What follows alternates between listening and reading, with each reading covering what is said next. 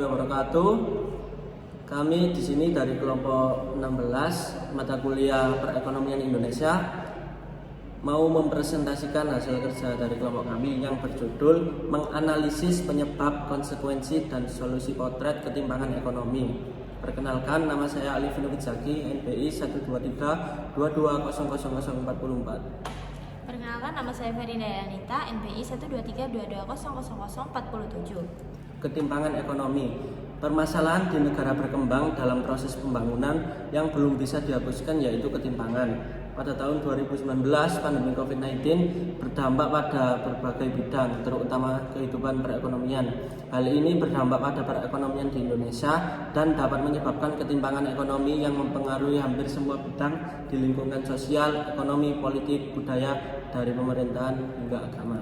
Pandemi COVID-19 tidak berdampak pada kesehatan masyarakat saja, akan tetapi juga dapat mempengaruhi kondisi perekonomian di Indonesia.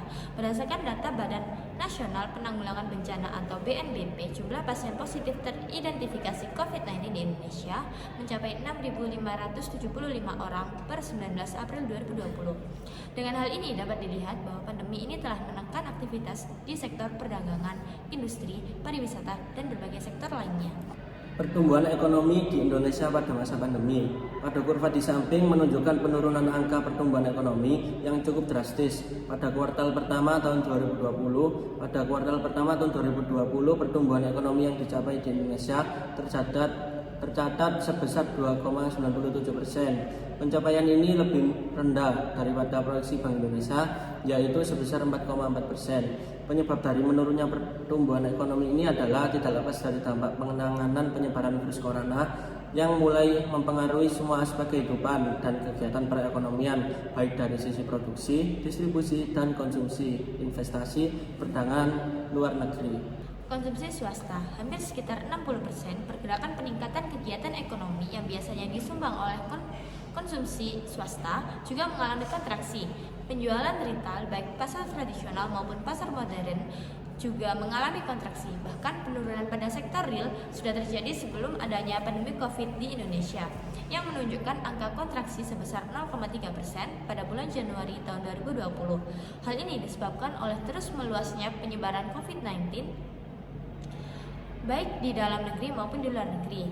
Menurut Bank Indonesia telah memproyeksikan pertumbuhan ekonomi RI menjadi di bawah 5% atau hanya sekitar 2,5% saja yang pada tahun-tahun sebelumnya mampu mencapai hingga 5,02%. Inflasi dapat dilihat pada tabel di atas.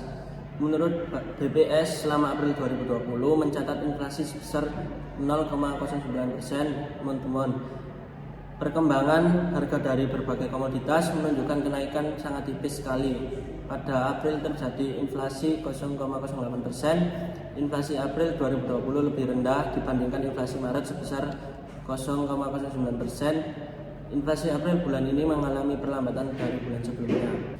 Kebijakan-kebijakan yang ditempuh untuk menstimulasi kegiatan perekonomian. Adapun kebijakan yang ditempuh oleh pemerintah dalam upaya menstimulasi kegiatan perekonomian di tengah pandemi COVID-19 ini. 1. Total tambahan belanja dan pembiayaan APBN 2020 sebesar 405,1 triliun. Program Keluarga Harapan, program sembako, kartu prakerja, program padat karya, diskon tarif listrik 450 volt dan 900 VA, insentif perumahan bagi MBR, tunjangan hari raya, stabilisasi harga atau operasi pasar, penyesuaian anggaran K atau L, dukungan APBN 70,1 triliun yang terdiri dari insentif fiskal, penghasilan dan pajak barang impor, pengurangan pajak badan dan percepatan restitusi (PPN), insentif non fiskal, proses eksim, kebijakan relaksasi kredit usaha rakyat, kebijakan Bank Indonesia, dan paket kebijakan OJK dan pusat modal.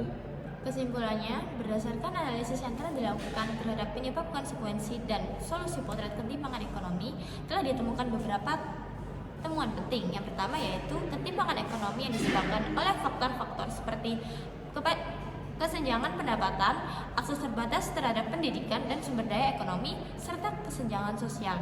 Pada kuartal pertama tahun 2020 menunjukkan pertumbuhan ekonomi yang dicapai di Indonesia tercatat sebesar 2,97% dengan data year over year atau YOY. Penyebab dari menurunnya pertumbuhan ekonomi ini adalah tidak terlepas dari dampak penanggulangan penyebaran virus corona yang mulai mempengaruhi semua aspek kehidupan dan kegiatan perekonomian. Selama 3 bulan pertama atau kuartal pertama, yaitu bulan Januari hingga bulan Maret pada tahun 2020, virus COVID-19 sangat cepat penyebarannya di Indonesia dan memberikan dampak yang cukup besar bagi kegiatan perekonomian di Indonesia. Sekian presentasi dari kelompok kami.